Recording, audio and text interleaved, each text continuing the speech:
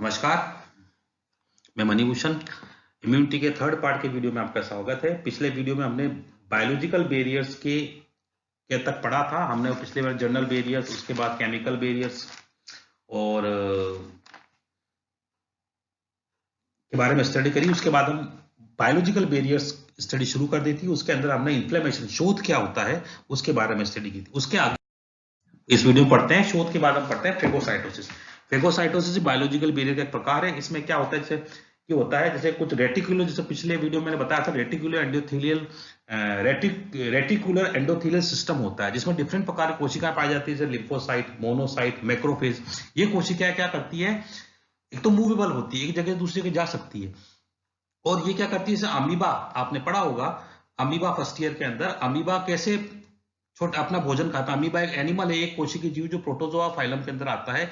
ये किस प्रकार से, तो सूडोपोडिया के थ्रू एक जगह से दूसरे में मूव करता है और सूडोपोडिया की तरह पूरा का पूरा अपना भोजन को निगल लेता है। बिल्कुल एज इट इज सेम प्रकार से यह कोशिकाएं फेगोसाइटोसिस के द्वारा बैक्टीरिया वायरस का डिस्ट्रॉय करती है। इसीलिए इस घटना को भी हम फेगोसाइटोसिस कहते हैं। अब रेटिकुलो एंडोथेलियल सिस्टम की जो कोशिकाएं होती है, किस प्रकार से फेगोसाइटोसिस करती है, ये इसकी इसमें स्टडी बताई गई है। सबसे पहले फेगोसाइटिक कोशिका द्वारा सूक्ष्मजीव या बाहर से प्रवेश करने वाले किसी भी कारक के अंतःक्षेपण या इंजेक्शन की क्रिया फाइगोसाइटोसिस कहलाती है। फेगोसाइटोसिस कोशिका न्यूट्रोफिल या मैक्रोफेज के रूप में पाई जाती है। कुछ मैक्रोफेज स्थायी प्रकार की होती है, जबकि कुछ भ्रमणशील होती है। इन सबको हम मिला के क्या कहते हैं, रेटिकुलर एंडोथेलियल सिस्टम, जो मैं आपको थोड़ी देर पहले बता चुका हूं। अब फेगोसाइटोसिस क्रिया पूरी तरह 4 पदों में होती है। सबसे पहले घटना होती है कीमोटैक्सिस। कीमोटैक्सिस में क्या होता है कि फेगोसाइटिक कोशिकाओं द्वारा एक विशिष्ट स्थल की ओर आकर्षण कीमोटैक्सिस कहलाता है। सूक्ष्म जीवों के उत्पाद WBC के घटक क्षतिग्रस्त ऊतक की कोशिकाएं सक्रिय संपर्क प्रोटीन कीमोटैक्सिस के लिए उत्तरदायी होती है। जैसे ही क्या होता है, इंफेक्शन होता है, बैक्टीरिया वायरस द्वारा किसी सेल या टिश्यू को नुकसान पहुंचाया जाता है, तो क्या होता है, वो वहां से कुछ विशेष प्रोटीन सीक्रेट होते हैं, जिसके कारण ये जो फेगोसाइटिक कोशिकाएं हैं, जो आरईएस की जो कोशिकाएं हैं, मैक्रोफेजेस कोशिकाएं हम नाम लेते हैं, ये मैक्रोफेजेस कोशिकाएं उस जगह की तरफ आकर्षित होती है। जैसे तो उस घटना को हम कहते हैं कीमोटैक्सिस। मतलब वहां से उत्पन्न क्षतिग्रस्त ऊतक द्वारा कुछ विशेष प्रोटीन स्रावित किए जाते हैं, जिससे आकर्षित होकर ये मैक्रोफेज कोशिकाएं उस क्षतिग्रस्त ऊतकों तक पहुंचती है। इस घटना को हम कहते हैं कीमोटैक्सिस। दूसरी घटना होती है आसंजन या एडेशन। इसके अंदर क्या होता है, फेगोसाइट की कोशिका झिल्ली का सूक्ष्म जीव की सतह के साथ संपर्क आसंजन कहलाता है। कुछ सूक्ष्म जीवों आसंजन शीघ्रता से हो जाता है, वह तुरंत फेगोसाइट हो जाता है। कुछ सूक्ष्म जीवों आसंजन अत्यधिक जटिल होता है। अब क्या होता है, जो मैक्रोफेज कोशिका है, वहां पहुंचने के बाद जो बैक्टीरिया है, जो नुकसान पहुंचा रहा है, जो पैथोजन है, उसके साथ चिपक जाती है। कुछ कोशिकाएं तो कुछ कंडीशन में तो फटाफट चिपक जाती है, कुछ कंडीशन में ये थोड़ा टाइम लेती है, जटिल मैटर होता है, परंतु इन द लास्ट ये मैक्रोफेज कोशिकाएं उस बैक्टीरिया से जिसको डिस्ट्रॉय करना है उससे जाके चिपक जाती है। इस घटना को कहते हैं हम आसंजन या एडरेंस। तीसरी अब घटना होती है, उसको कहते हैं अंतःक्षेपण या इंजेक्शन। अब क्या होता है, जैसे कि हमने अमीबा में पढ़ा होगा, सूडोपोडिया चारों तरफ से, उसके चारों तरफ सूडोपोडिया अमीबा से जो निकलते हैं, उसको चारों तरफ से घेर लेते हैं बैक्टीरिया को, और उस बैक्टीरिया को वो मैक्रोफेज कोशिकाएं अपने कोशिका के अंदर लेती है। और होता क्या है, उस कोशिका के अंदर फिर एक झिल्ली का निर्माण होता है, जिसके अंदर वो बैक्टीरिया होता है। इस जो झिल्ली को हम, जो वैक्यूल बनता है, रिक्तिका बनती है, उसको हम कहते हैं फेगोसोम। मतलब बैक्टीरिया को चिपकने के बाद अब वो सूडोपोडिया की सहायता से मैक्रोफेज कोशिका बैक्टीरिया को अपनी कोशिका के अंदर ले लिया और एक वैक्यूल के अंदर उसको फिक्स कर दिया। उस वैक्यूल को हम कहेंगे, जो इसके अंदर बैक्टीरिया पाया जा रहा है, उसको हम कहेंगे फेगोसोम। अब क्या होता है, चौथा स्टेज है डाइजेशन। अब उस बैक्टीरिया का डाइजेशन होता है। अब कोशिका द्रव्य में क्या पाया जाता है, कोशिका के अंदर क्या पाया जाता है, लाइसोसोम पाया जाता है। ये लाइसोसोम क्या करता है, हम जानते हैं, इसमें हाइड्रोलाइटिक एंजाइम पाए जाते हैं, जो हाइड्रोलाइटिक एंजाइम पाए जाते हैं, जिसके अंदर कार्बोहाइड्रेटेज, प्रोटीएजेस, लाइपेजेस, जो लाइपेज का अपघटन करता है, प्रोटीएजेस प्रोटीन का अपघटन करता है, कार्बोहाइड्रेट का अपघटन करता है। ये लाइसोसोम क्या होता है, इस फेगोसोम के साथ जुड़ जाता है। फेगोसोम से जुड़ने के बाद क्या होता है, ये जो लाइसोसोम के जो एंजाइम है, जो जिनके मैंने नाम लिए थे, ये लाइसोसोम के एंजाइम उस बैक्टीरिया का पाचन कर देते हैं, उसको डिस्ट्रॉय कर देते हैं, खत्म कर देते हैं, और उसके अंदर से जो प्रोटीन, कार्बोहाइड्रेट जो भी मिलता है, उसको कोशिका द्रव्य में विस्तृत कर देते हैं। उसके बाद जो पाचन के बाद जो वैक्यूल के अंदर जो शेष कचरा बचता है, जो उसके अवशेष बचते हैं बैक्टीरिया को, उसको हम कहते हैं रेसिडुअल बॉडी या अवशेषी काय।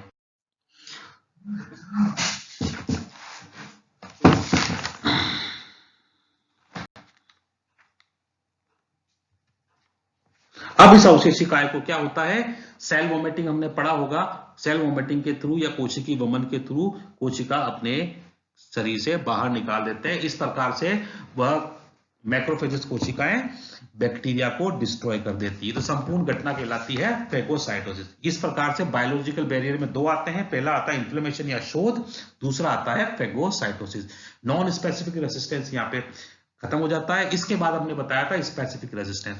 एक बार फिर आपको रिपीट कर देता हूं, नॉन स्पेसिफिक रेजिस्टेंस क्या होते हैं, शरीर के टिश्यू के कोशिका के अंदर या शरीर के अंदर घुसने से पहले अगर बैक्टीरिया वायरस को रोका जाए तो वह सब नॉन स्पेसिफिक रेजिस्टेंस कहलाते हैं।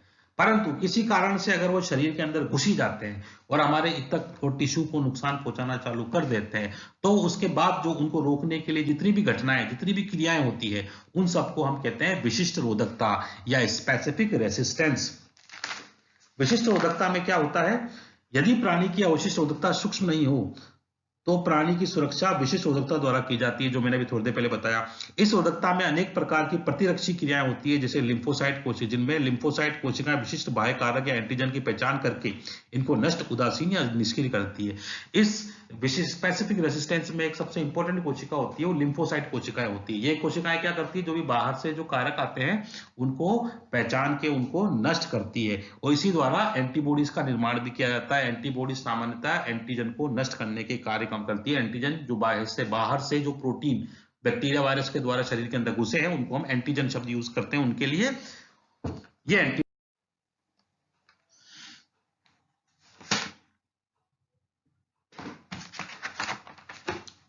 अब बात करते हैं हम स्पेसिफिक रेसिस्टेंस की या एक्वायर्ड इम्यूनिटी की, जिसको हम अभिग्रहित रोधक क्षमता भी कहते हैं, जो ग्रहित की जाती है। प्राणी में किसी विशिष्ट एंटीजन के प्रवेश के पश्चात विशिष्ट प्रकार की प्रतिरक्षा का विकास अथवा किसी अन्य परपोषी से एंटीबॉडी के प्रवेश के पश्चात विशिष्ट रोधकता एक्वायर्ड इम्यूनिटी कहलाती है। क्योंकि जब परजीवी वो बैक्टीरिया वायरस शरीर के अंदर घुस गया तो ये हमारी बॉडी को उत्प्रेरित करता है कि बोले भाई अब एंटीबॉडी फॉर्मेशन करो, अब कुछ घटनाएं करो कि इस पैथोजन को रोका जा सके। इसलिए इसको इंड्यूस्ड इम्यूनिटी भी कहते हैं और एक्वायर्ड इम्यूनिटी भी कहते हैं। ये दो प्रकार की होती है, natural and artificial. Natural acquired immunity या प्राकृतिक अभिग्रहित अवरोधक क्षमता या कृत्रिम अधिरोधक क्षमता। तो सबसे पहले बात करते हैं हम नेचुरल एक्वायर्ड इम्यूनिटी की। यह फिर दो प्रकार की होती है, पैसिव और एक्टिव। सबसे पहले बात करते हैं हम natural acquired passive immunity. Passive immunity का मतलब इस प्रकार की रोग क्षमता में प्राकृतिक रूप से एंटीबॉडी माता के शरीर से प्लेसेंटा या कोलेस्ट्रॉल के द्वारा कोलेस्ट्रम के द्वारा स्थानांतरित होती है। पैसिव का मतलब शरीर खुद नहीं बना रहा, एक्टिव का मतलब पैसिव का मतलब इसमें कहने का मतलब है शरीर खुद नहीं बना रहा। अब ये घटना क्या होती है, जैसे कि माता के गर्भ में बच्चा है, होता क्या है कि माता अपनी एंटीबॉडी, बच्चे की अंदर इम्यूनिटी नहीं होती शुरू में, वह अपनी माता की इम्यूनिटी से बाहरी इम्यूनिटी पर डिपेंडेंट होता है। उसके जो इम्यून सिस्टम 3-4-5 महीने बाद विकसित होना चालू होता है जन्म के। मैं आपको ये पहले बता चुका हूं। अब क्या होता है, माता के अंदर जो एंटीबॉडी बन रही है, हमने पढ़ा होगा कि प्लेसेंटा होता है, एक टेम्पररी ग्लैंड होती है, एक प्रकार की अंतःस्रावी ग्रंथि होती है जो भ्रूण को पोषण सुरक्षा प्रदान करती है। इस प्लेसेंटा एक तरह से माता और भ्रूण, जो गर्भ में बच्चा पल रहा है, उनके बीच में कनेक्टिंग लिंक है। इसी प्लेसेंटा के द्वारा जो माता भोजन खाती है वो भ्रूण तक पहुंचता है, और कोई कुछ भी जो वो खाना खाती है और उसको ऑक्सीजन जो भी होती है वो इस प्लेसेंटा के थ्रू ही उसको भ्रूण तक पहुंचता है। तो माता के शरीर में जो भी एंटीबॉडी बन रही है किसी बीमारी से लड़ने के लिए, वह एंटीबॉडी इसी प्लेसेंटा के थ्रू बच्चे में पहुंच जाती है। बस इसी को हम कहते हैं नेचुरल एक्वायर्ड पैसिव इम्यूनिटी। बन तो ये प्राकृतिक रूप से रही है, परंतु बच्चा खुद नहीं बना रहा, माता के द्वारा उसको प्राप्त हो रहा है प्लेसेंटा के थ्रू, इसलिए इसको हम कहते हैं नेचुरली एक्वायर्ड पैसिव इम्यूनिटी। अब इसमें दूसरा आता है नेचुरली एक्वायर्ड एक्टिव इम्यूनिटी। इसके अंदर शरीर जब खुद एंटीबॉडी वगैरह बनाता है तब ये इसको हम कहते हैं, बन तो प्राकृतिक रूप से रही है परंतु शरीर खुद बना रहा है, इसलिए नेचुरली एक्वायर्ड एक्टिव इम्यूनिटी। इसके अंदर क्या होता है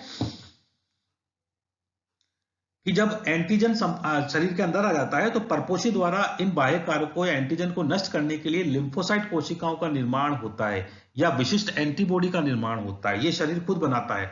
इस प्रकार की रोग क्षमता कुछ रोग जैसे खास, खसरा, चिकन पॉक्स, येलो फीवर के लिए लाइफ टाइम रहती है, जबकि कुछ रोगों के लिए ये अल्पकालीन होती है। मतलब एक बार एंटीबॉडी बन गई तो फिर वो लाइफ टाइम तक उससे प्रोटेक्ट करता है। जैसे कि खसरा, चिकन पॉक्स अपन जो माता कहते हैं, येलो फीवर, इनसे एक बार एंटीबॉडी बनने के बाद लाइफ टाइम तक इनसे बचाती है बॉडी को।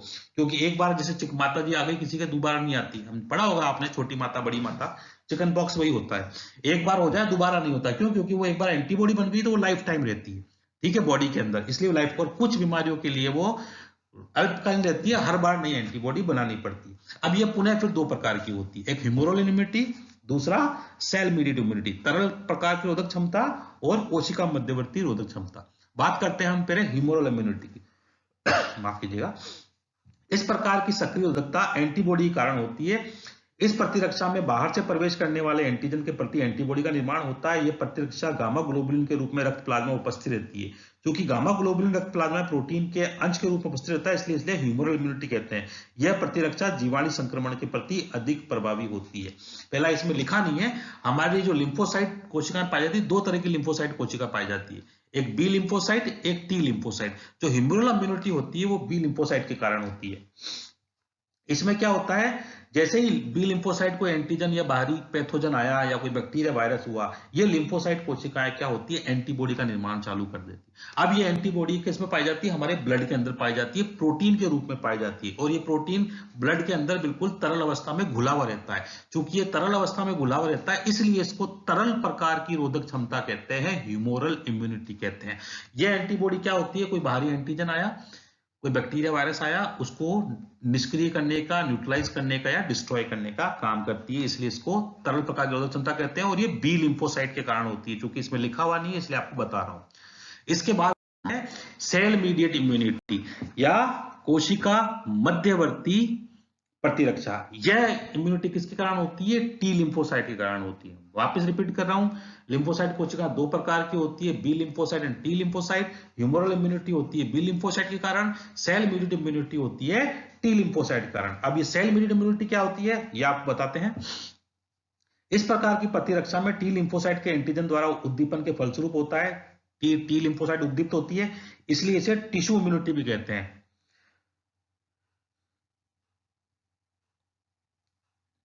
जब कवक, प्रोटोजोआ या वायरस के द्वारा टी लिम्फोसाइट उद्दीप्त होते हैं, ये उद्दीप्त टी लिम्फोसाइट एंटीजन स्थल तक पहुंचकर अपनी संख्या को बढ़ाते हैं एवं लिम्फोब्लास्ट में परिवर्तित हो जाते हैं। जैसे ही कोई वायरस, प्रोटोजोआ, फंगस हमारी बॉडी के अंदर आ गया तो क्या होता है, फटाफट टी लिम्फोसाइट वहां पहुंचती है और अपनी संख्या लगातार बढ़ाती जाती है। संख्या बढ़ने के बाद इसको हम क्या कहते हैं, उसको कहते हैं लिम्फोब्लास्ट। लिम्फोब्लास्ट द्वारा कम अणुभार वाले प्रोटीन प्रकृति के लिम्फोकाइन का सीक्रेशन किया था। अब ये लिम्फोसाइट क्या करते हैं, एक कम मॉलिक्यूलर वेट के प्रोटीन सीक्रेट करते हैं। उन प्रोटीन्स को हम क्या कहते हैं, लिम्फोकाइन। टी लिम्फोसाइट में किसी प्रकार की एंटीबॉडी का सामना, ये महत्वपूर्ण याद रखिएगा, टी लिम्फोसाइट एंटीबॉडी सीक्रेशन नहीं करती, सिर्फ बी लिम्फोसाइट ही एंटीबॉडी सीक्रेशन करती है। सेल मीडिएटेड इम्यूनिटी में किसी प्रकार की एंटीबॉडी का सीक्रेशन नहीं होता, इसमें लिम्फोकाइन का सीक्रेशन होता है। अब इन कोशिकाओं में एंटीजन ग्राही उपस्थित होते हैं। जो एक टी कोशिकाएं, इनमें एंटीजन रिसेप्टर्स पाए जाते हैं, जहां पे एंटीजन, जो बैक्टीरिया वायरस, जो आपको पहले बताता हूं बाहरी पैथोजन होते हैं, उनको हम एंटीजन कहते हैं। अब ये होते हैं क्या है, विशिष्ट प्रकार के एंटीजन पहचान सकती है। टी सेल्स हर विशिष्ट एंटीजन के लिए विशेष होती है, ये अपने एंटीजन को पहचानती है, उससे जाके अटैच हो जाती है। अलग अलग एंटीजन के लिए अलग अलग प्रकार की टी लिम्फोसाइट होती है, मैं आपको बता चुका हूं। कोशिका मध्यवर्ती प्रतिरक्षा जीवाणु, वायरस, कवक, प्रोटोजोज, हेलमिंथेस के लिए अधिक प्रभावी होता है। जैसे ह्यूमरल इम्यूनिटी बैक्टीरिया इन्फेक्शन के लिए ज्यादा फायदेमंद होती है, बैक्टीरिया इन्फेक्शन के टाइम काम करती है। इसी प्रकार सेल मीडिएटेड इम्यूनिटी जीवाणुओं के अलावा वायरस, फंगस, प्रोटोजोअन्स और हेलमिंथेस, जो हमारे जो पाए जाते हैं परजीवी, उनके लिए बहुत काम होती है। कैंसर में भी सुरक्षित यह तंत्र काम करता है, कैंसर बीमारी के अंदर। तो क्या डिफरेंस है ह्यूमरल इम्यूनिटी और सेल मीडिएटेड इम्यूनिटी में? ह्यूमरल इम्यूनिटी के अंदर बी लिम्फोसाइट काम करती है और वो एंटीबॉडीज का सीक्रेशन करती है। सेल मीडिएटेड इम्यूनिटी में टी लिम्फोसाइट एक्टिव होती है और वो एंटीबॉडी का सीक्रेशन नहीं करती, पहले पहुंच के अपनी संख्या बढ़ाती है, लिम्फोब्लास्ट में कन्वर्ट हो जाती है और लिम्फोलाइट एक विशेष प्रोटीन लिम्फोकाइन सीक्रेट करता है। यह हमें सुरक्षा प्रदान करता है। तो ये दो प्रकार की इम्यूनिटी पाई जाती है, active immunity, humoral immunity, cell mediated immunity. तो ये नेचुरल एक्वायर्ड इम्यूनिटी हो गई, एक पैसिव इम्यूनिटी और एक्टिव इम्यूनिटी। ये हमने इसमें डिफरेंस देख लो। ह्यूमरल इम्यूनिटी कुछ महीने तक उपस्थित रहती है, सेल इम्यूनिटी लंबे समय तक रहती है। ह्यूमरल बी लिम्फोसाइट द्वारा होती है, सेल इम्यूनिटी टी लिम्फोसाइट द्वारा होती है। ह्यूमरल के अंदर एंटीबॉडी उत्पादन होता है, सेल इम्यूनिटी में लिम्फोकाइन का उत्पादन होता है। ह्यूमरल में प्रतिरक्षा रक्त प्लाज्मा लसिका म्यूकस स्राव में उपस्थित होता है, तरल रूप में होता है, जबकि सेल मीडिएट में यह प्रतिरक्षा रक्त व लिम्फी उत्कों में उपस्थित होता है। इसलिए इसको हम टिश्यू इम्यूनिटी भी कहते हैं। मैं बताना भूल गया था, क्योंकि उत्कों में उपस्थित होता है। ह्यूमरल इम्यूनिटी तरल में पाई जाती है, ब्लड में पाई जाती है, इसलिए इसको ह्यूमरल इम्यूनिटी, और ये उत्कों में या कोशिकाओं में पाया जाता है, इसलिए इसको टिश्यू इम्यूनिटी कहते हैं। ह्यूमरल इम्यूनिटी प्रतिरक्षा मुख्यतः जीवाणुओं द्वारा होता है, और सेल मेडिएटेड इम्यूनिटी जीवाणु, वायरस, कवक, प्रोटोजन सभी के अगेंस्ट काम करती है। अब बात करते हैं आर्टिफिशियली एक्वायर्ड इम्यूनिटी। कृत्रिम रूप से हम इम्यूनिटी कैसे लेते हैं। अभी तक तो हमने बात की थी प्राकृतिक रूप से जो इम्यूनिटी बनती है, पैसिव के अंदर माता के शरीर से बच्चे में जाता है, और एक्टिव के अंदर शरीर खुद बनाता है। अब कृत्रिम रूप से इम्यूनिटी कैसे मिल जाती है, फिर दो प्रकार की होती है, पहली पैसिव, दूसरी एक्टिव। पैसिव इम्यूनिटी में क्या होता है, लेबोरेटरी के अंदर कृत्रिम तरीके से, इसको हम कहते हैं पात्र में, इन विट्रो, कृत्रिम तरीके से एंटीबॉडी का उत्पादन कराया जाता है। फिर जब एंटीबॉडी का उत्पादन हो जाता है तो क्या होता है, हमारे अंदर इंजेक्शन के थ्रू दे दिया जाता है। हमने कहा, हम जब बीमार होते हैं तो डॉक्टर नहीं बोलता एंटीबायोटिक की गोली खा लो, एंटीबायोटिक इंजेक्शन लगा लो। ये आर्टिफिशियल एक्वायर्ड पैसिव इम्यूनिटी है। इसमें एंटीबॉडीज लेबोरेटरी के अंदर कृत्रिम तरीके से बनाए जाते हैं। ये इसको बनाने के लिए तरीका कैसे होता है, जैसे कि हम इसमें बताया नहीं गया है, ये वैसे आपके सिलेबस में भी नहीं है। इनको जनरली हम घोड़े के रक्त में धीरे धीरे वो देके, घोड़े के अंदर एंटीबॉडी बनाई जाती है, फिर उसका एंटीबॉडी बनती है, फिर उसका ब्लड लेते हैं, ब्लड लेके उसको फिर हम आगे प्रोसेस करते हैं और उससे एंटीबॉडी प्राप्त करते हैं। फिर एंटीबॉडी को डिफरेंट टाइप के इंजेक्शन, जैसे सांप के जहर के लिए एंटीबॉडी इसी तरीके से बनाई जाती है, और डिफरेंट टाइप के तरीके होते हैं जिससे हम आर्टिफिशियली मतलब लेबोरेटरी के अंदर एंटीबॉडी बनाए जाते हैं। फिर वो एक बार एंटीबॉडी बनने के बाद हमें इंजेक्शन के थ्रू या गोलियों के द्वारा शरीर को दी जाती है, जिससे हमें बीमारी से आराम मिलता है। इसको हम कहते हैं आर्टिफिशियली पैसिव इम्यूनिटी। बात करते हैं artificially acquired active immunity. Active immunity हमने नाम सुना होगा, वैक्सीनाइजेशन, टीकाकरण। ये हमने अभी हाल में भी सुन रहे हैं, कोरोना का टीका आ रहा है, टीका आ रहा है। टीका क्या होता है, वास्तव में क्या होता है, टीकेकरण के अंदर कोई हमें एंटीबॉडी या दवाई नहीं दी जाती। इसमें क्या होता है, जिस बीमारी का हमें वैक्सीनेशन करना है, जैसे हम मान लीजिए उदाहरण के रूप में कोरोना का चल रहा है, कोरोना का हमें वैक्सीन बनानी है, तो कोरोना के वायरस लिए जाते हैं और उनको इतना वीक और निष्क्रिय कर दिया जाता है कि वह आपको बीमार नहीं कर सके। ठीक है, उनके मतलब जेनेटिकली इतना, मतलब उनमें टॉक्सिन नहीं बना सकते, कुछ नहीं कर सकते, परंतु उनमें एक क्षमता होती है, वह आपके अंदर एंटीबॉडी फॉर्मेशन, एंटीबॉडी उत्पादन को आपके शरीर को प्रेरित करने के लिए सक्षम होते हैं। अब होता क्या है, वैक्सीनेशन में उस बहुत सूक्ष्म मात्रा में वो वायरस या बैक्टीरिया, जैसे हम कोरोना का उदाहरण लेते हैं, कोरोना की वैक्सीन जो बन रही है उसमें बहुत सूक्ष्म मात्रा में कोरोना के वायरस ऐसे लिए जाएंगे जो बिल्कुल निर्बल हो, वो आप में बीमार करने में सक्षम नहीं होते, वो आपके शरीर के अंदर डाल दिए जाएंगे। अब शरीर के अंदर डालते ही क्या होगा, हमारे शरीर का इम्यून सिस्टम एकदम से प्रेरित हो जाएगा। अब क्या होगा, इसके अगेंस्ट फिर वो चालू करेगा एंटीबॉडी बनाना या फिर लिम्फोकाइन उत्पन्न करना। क्योंकि मैंने बताया इंटरफेरोन बनना, एक कोरोना वायरस है, तो वायरस कंडीशन के अंदर क्या होगा, या तो आप सेल मेडिएटेड इम्यूनिटी होगी या फिर इंटरफेरोन को फॉर्मेशन होंगे। सेल मेडिएटेड इम्यूनिटी लंबे समय तक रहती है, तो होगा क्या, शरीर को वो उत्प्रेरित करता है, वो छोटी सी मात्रा में आपके जीवाणु या वायरस डाल दिया जाता है, वो अपने शरीर को उत्प्रेरित करता है कि वो अपना इम्यून सिस्टम इनहांस करे, इम्यून सिस्टम बढ़ाए और एंटीबॉडी या इंटरफेरोन बनाए और आपको उस बीमारी से बचाए। और ये जो इम्यूनिटी आती है लंबे समय तक काम करती है। एक बार जैसे हम पोलियो का टीका लगता है बचपन के अंदर, एक बार पोलियो का टीका लग गया, लाइफ टाइम आप बच जाते हो, आपको लाइफ टाइम आपको पोलियो का वायरस नहीं लगेगा, जिसे कहते हैं वैक्सीनेशन या टीकाकरण। इसे कहते हैं आर्टिफिशियल एक्वायर्ड एक्टिव इम्यूनिटी। तो यह इम्यूनिटी के डिफरेंट टाइप होते हैं। अब एक्टिव इम्यूनिटी पैसिव इम्यूनिटी में जो डिफरेंस होता है, ये एक्टिव इम्यूनिटी क्या होता है, प्रतिरक्षी तंत्र द्वारा उत्पन्न होती है, पैसिव इम्यूनिटी बाहर से दी जाती है। एक्टिव इम्यूनिटी शरीर खुद डेवलप करता है, पैसिव इम्यूनिटी बाहर से दी जाती है। एक्टिव इम्यूनिटी रोधक क्षमता एंटीजन के संपर्क से उद्दीपन प्राप्त होने पर विकसित होती है, जबकि पैसिव इम्यूनिटी में बाहर से प्रवेश करा दिया जाता है। एक्टिव इम्यूनिटी बहुत लंबे समय तक रहती है, पैसिव इम्यूनिटी बहुत शॉर्ट टाइम तक रहती है। आप बीमार पड़ गए, आपको बाहर से एंटीबायोटिक दे दिए, आप फिर बीमार पड़ गए तो आपको फिर वहां एंटीबायोटिक देनी पड़ेंगे। जबकि एक्टिव इम्यूनिटी में एक बार आपकी बॉडी के अंदर एंटीबॉडी बन गए तो फिर वो आपको लाइफ टाइम तक वहां से उससे प्रोटेक्ट करेंगे। तो ये इसमें होता है। अब इसमें वो डिफरेंस, हाँ, इस रोधक क्षमता के एक्टिव इम्यूनिटी के अंदर इस रोधक क्षमता के विकसित होने से पहले लेटेंट पीरियड उपस्थित होता है, जबकि पैसिव इम्यूनिटी में रोधक क्षमता तुरंत प्रदर्शित होती है, सुप्त काल नहीं पाया जाता। लेटेंट पीरियड से मतलब है वह सुप्त काल जिसमें बीमारी शो नहीं होती, ठीक है, इसलिए इसको लेटेंट पीरियड कहते हैं। रोधक क्षमता स्मृति युक्त होती है, इसलिए बूस्टर प्रभाव कहते हैं। बूस्टर प्रभाव इंपॉर्टेंट है, याद रखिएगा। जैसे पोलियो वायरस का टीका आपको लगा, पोलियो वायरस का टीका लग गया, आपके अंदर एंटीबॉडी बन गई। अब वो आपको मान लो 5-10 साल बाद पोलियो वायरस आपको इन्फेक्ट करता है, तो वो जो एंटीबॉडी बनी हुई है वो आपको उससे बचा लेगी। इस घटना को कहते हैं बूस्टर प्रभाव। इन फ्यूचर वो जो वैक्सीनेशन हुआ है, एंटीबॉडी है, वो आपको इन फ्यूचर आने वाले समय बाद में आपको अगर बीमारी से बचा रही है तो इस घटना को द्वितीयक उद्दीपन को कहते हैं। वापस से वो एंटीबॉडी बनेगी, बचा लेगी, इस घटना को हम कहते हैं बूस्टर प्रभाव। जबकि पैसिव इम्यूनिटी में बूस्टर प्रभाव नहीं होता। एक्टिव इम्यूनिटी में इस रोधक क्षमता के ऋणात्मक प्रभाव उत्पन्न हो सकते हैं। आपको बाहर से एंटीबायोटिक वगैरह देते हैं, साइड इफेक्ट हो सकते हैं, परंतु इसके अंदर आपके वैक्सीनेशन में साइड इफेक्ट नहीं होते, क्योंकि आपके इम्यून सिस्टम खुद वो एंटीबॉडीज बना रहा है। रोधक क्षमता विहीन व्यक्तियों में प्रभावी नहीं होता, जबकि एक्टिव इम्यूनिटी जो जिसमें इम्यूनिटी खत्म ही नहीं है, उनमें ये नहीं हो सकता, उनमें फिर बाहर से ही देना पड़ेगा। जबकि पैसिव इम्यूनिटी अगर जिनकी जैसे बुजुर्ग लोग हैं, उनका इम्यून सिस्टम बहुत कमजोर होता है, तो उसके अंदर उनके लिए वैक्सीनेशन काम नहीं कर पाया। क्यों? क्योंकि उनके इम्यून सिस्टम खत्म ही हो चुका है। वैक्सीनेशन वहां काम करेगा जिनका इम्यून सिस्टम अच्छा है, और फिर उनको तो बाहर से एंटीबायोटिक ही देना पड़ेगा।